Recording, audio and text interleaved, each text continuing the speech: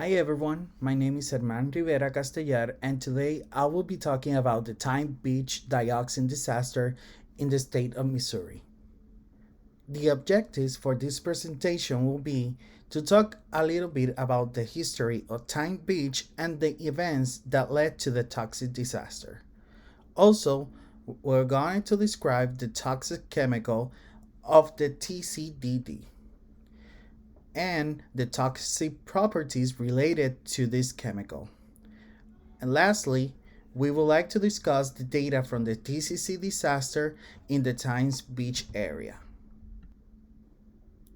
In the first part of this presentation, I will talk a little bit about the history of Times Beach, Missouri, and the chain of events that led to the dioxin disaster. I will continue talking a little bit about the chemistry behind the TCDD and its effects on health.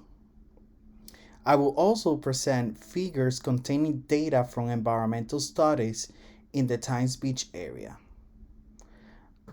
After this, I will present and talk about the present state of the Times Beach area, and lastly, I will end the presentation with a summary. Around the 1920s, the St. Louis Times started advertising $67 lots of land near the Merrimack River. These plots of land will be later known as Times Beach. It was originally intended to be the summer home and resort for the rich and wealthy, but due to the Great Depression, many of the land was not sold.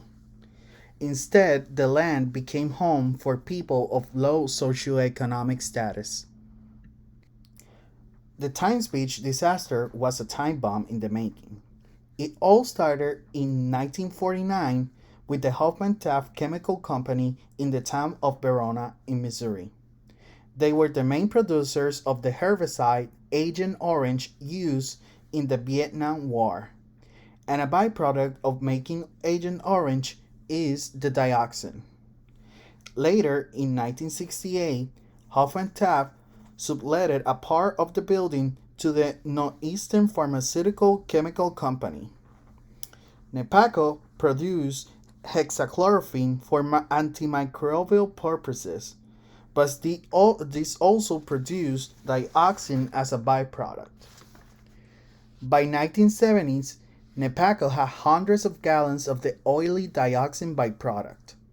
They subcontracted IPC to dispose the dioxin, but IPC had no experience in dealing with this kind of chemical and subcontracted Robert Bliss Oil Company to do so.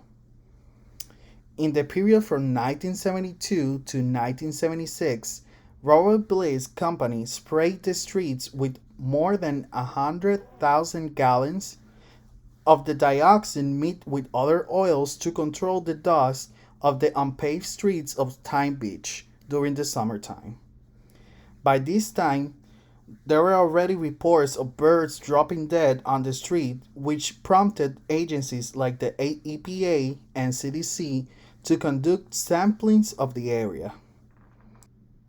The contamination was expanded by a flood caused by the Merrimack River in 1982. This event sprayed the dioxin all over town, which caused the evacuation and closure of the town to its inhabitants. In 1983, President Ronald Reagan created the Times Beach Dioxin Task Force. The efforts of this group made possible to include Times Beach in the national priority list and ultimately make it one of the first Superfund sites in the nation. The agent responsible of the Times Beach disaster was 2,3,7-A tetrachlorodibenzoyl-P-dioxin, or TCDD for short. Back in Nepaco, they synthesized hexachlorophene using the compound called 2,4,5-dichlorophenol. The problem was that when two molecules of 2,4,5-dichlorophenol meet, they can react in a chemical reaction called dimerization, resulting in the dioxin. Some of the short term health related effects to the exposure of dioxin have been observed to be nausea, weak immune system, or even a type of acne. Long term exposure can lead to cancers, hyperplastic changes in epithelial tissue, and if their concentrations are high enough, they can lead to the death of a person. In the first figure, we can see the observed cases of cancer in a study conducted after a reactor accident in Germany in 1953, which exposed many people to different concentrations of TCDD. The most common types of melanoma was from the buccal cavity, digestive organs, and respiratory systems. The group with the highest concentration of TCDD had the most observed cases of cancer with a total of 19 during the period from 1960 to 1992, compared to the other two concentrations of TCDD. Figure 2 and 3 contain data from a study conducted after the Merrimack River flood in 1983. Belli and colleagues wanted to assess the mobilization of the dioxin given its hydrophobic nature. They conducted sampling in the center and shoulders of the street. They examined the street levels because these were the places that had direct contact with the dioxin due to the spraying by the Bliss Oil Company. They observed that the majority of the TCDD remained very superficial even after the flood occurred.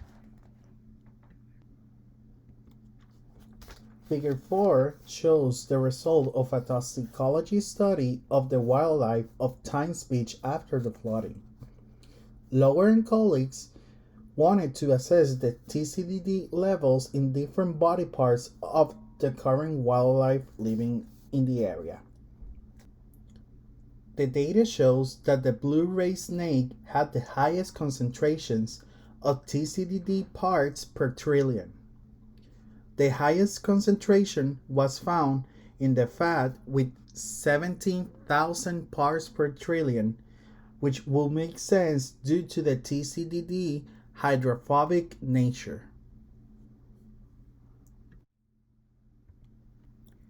Around 1996, an incinerator was brought into the area to dispose of the TCDD contaminated material. This prompted researchers such as Evans and colleagues to determine if this will elevate the TCDD concentrations in the people living in neighboring areas. As we observe in Figure 5, the values of the TCDD parts per trillion were not different from the sample of people living near the incinerator compared to a control group that was from a farther area. Thus, the researchers concluded that there was not a significant change between the TCDD levels in parts per trillions. Times Beach cleanup was finally completed in 1997.